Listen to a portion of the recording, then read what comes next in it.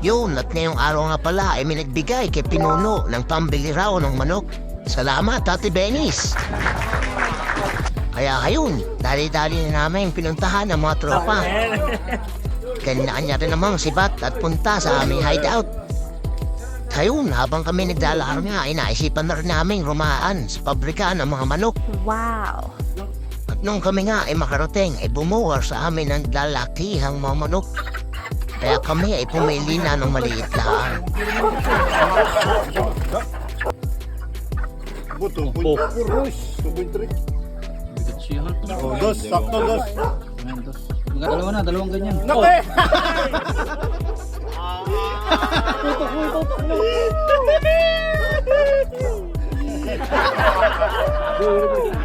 At hayaan na kami nga ay makapili, ay pumunta na kami sa aming hideout.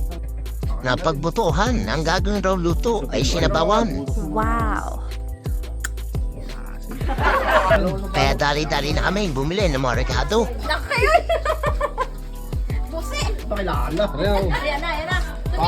Nakita nga namin ang isang ito siya raw ay isama sa vlog. Nakita rin namin si Kagawad Yok na nagtitimbra ng mga panty at bra. Tapos ay nagpunta namin sa mga tiludet at kulang ang rekado. Sino ay shoutout natin? Wow! Sa aming pag-iikot na, inaraan na namin ang ating mga magigiting na followers. Alright?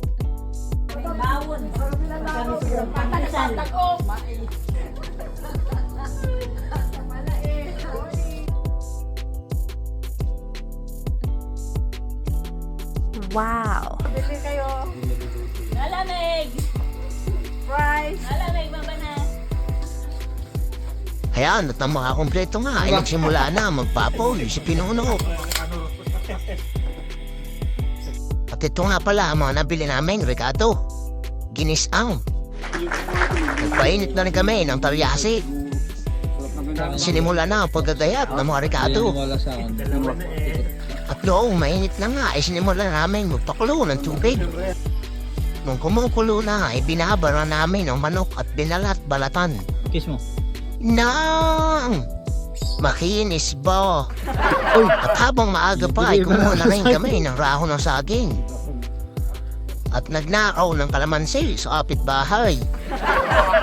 Kaya at nang mabalatan niya ay ating papaupuin na ang manok. Di na natin yan gagayatin, maiba naman. Sisimulan na rin magpainit ng talyasi. Nang mainit na nga ay ilalagay na namin ang mantika. At sisimulan na natin ang pagigisa ng bawang. Tapos ay sibuyas.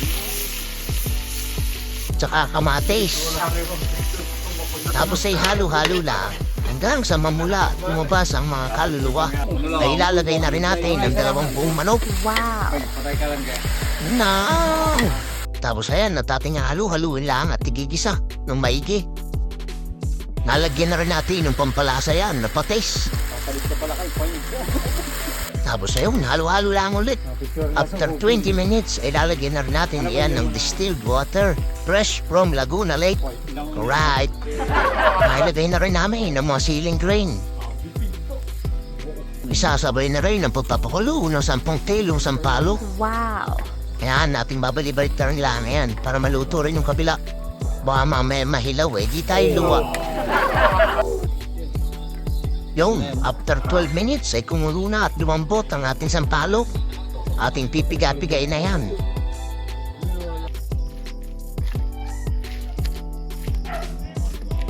Bago mahuli ang lahat ay lalagyan na rin natin ng bitchin at saka ang katerno niyang asin.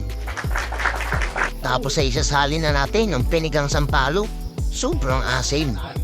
Tapos ay nilagay na rin namin ng okra. Dahil buo ang manok, ilalagay rin natin ang buo ang ating sitaw.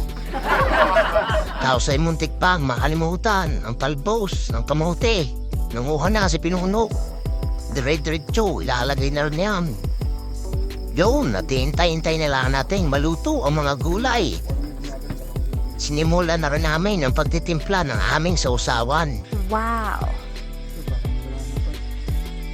At nang maluto na nga, ay titikman na yan ni Chef Boy Indoy.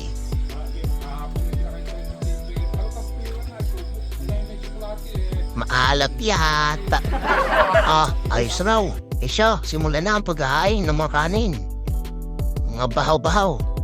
Aw sa ating bibinghati na yan, ating ihain na rin. O, edi madali ang paghahain. Isang buhat daw. Nang!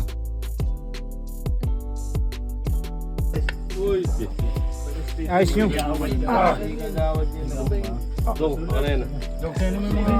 Tapos ay sasabaw-sabawan na ang mainit na kanin.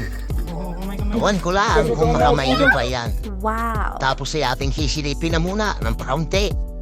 Oraro'y natatakamranda yan sa ginisang.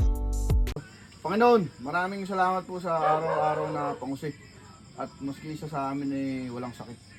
Sana po ay araw-araw nyo kaming gabayan. Salamat rin po sa biyaya. Buong araw. Siya pa may!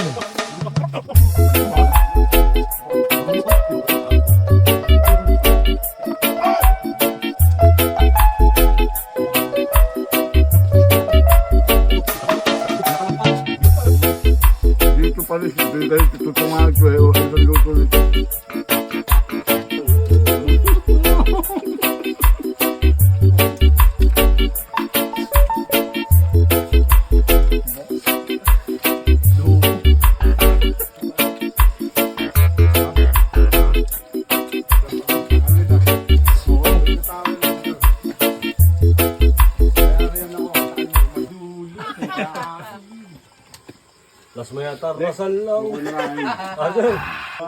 Pagkatapos ng mainit-init na kainan, kanya-kanya na naman upo at kanya-kanyang tambay.